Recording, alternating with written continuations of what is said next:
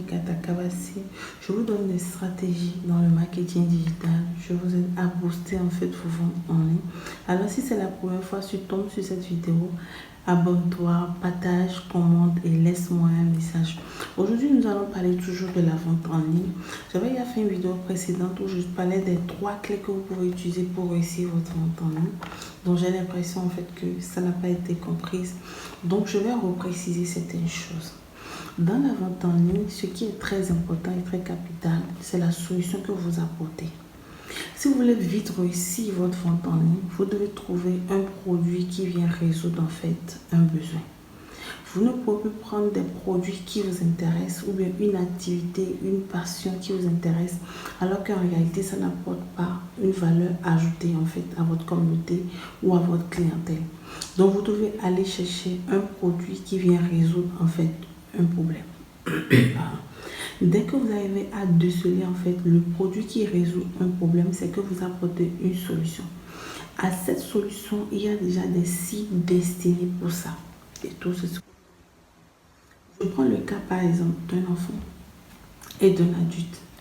Les problèmes d'un enfant ne sont pas forcément les problèmes des adultes. Donc du coup, les solutions qu'on va proposer à un enfant pour dormir et les solutions qu'on va proposer à un adulte pour dormir ne seront pas pareilles. Vous comprenez avec moi que dès lors que vous avez la solution, c'est que dès lors que vous détectez le besoin, que vous créez en fait la solution, c'est que la cible est déjà disponible. Maintenant, deuxième point, c'est à vous maintenant de travailler votre cible.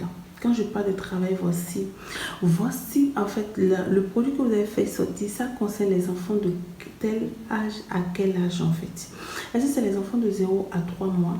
Est-ce que c'est les enfants de 0 à 6 ans? Est-ce que c'est les enfants de 0 à 12 ans? C'est vous qui savez. Mieux vous caractérisez en fait ou vous catégorisez en fait votre produit, mieux vous savez la cible qui est adaptée à ça.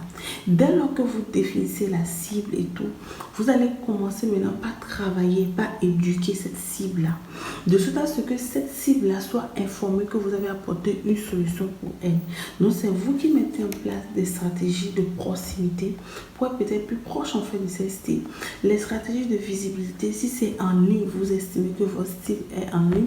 Si vous estimez que votre cible est plus en présentiel, si vous estimez que votre cible est plus dans telle zone ou dans tel pays, c'est vous qui développez des stratégies pour être plus proche en fait de cette cible-là.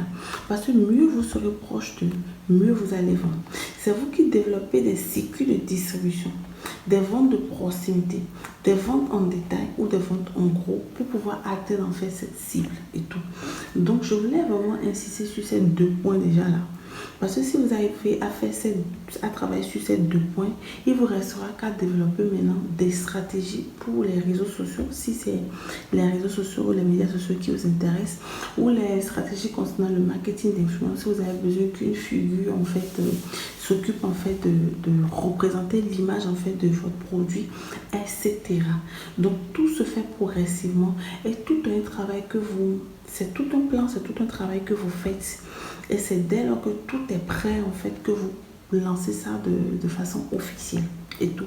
Toutes ces stratégies, tous ces petits points-là que j'ai cités vous permettent en fait d'aller vite, d'aller loin dans votre business et de pouvoir réussir en fait vos ventes parce que vous allez mettre en place tout le système qu'il faut et tout.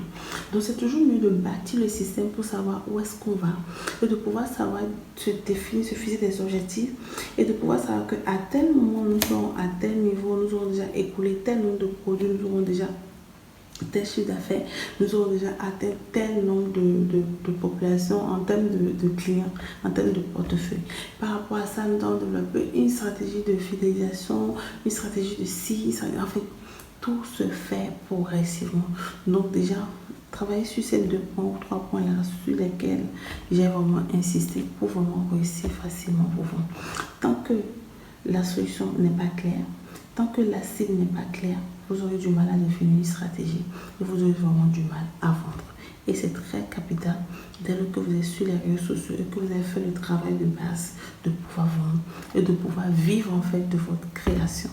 Je vous dis merci. On se retrouve dans les commentaires. Écrivez-moi en privé si vous avez des préoccupations et n'hésitez pas à vous abonner et à inviter vos amis. À bientôt.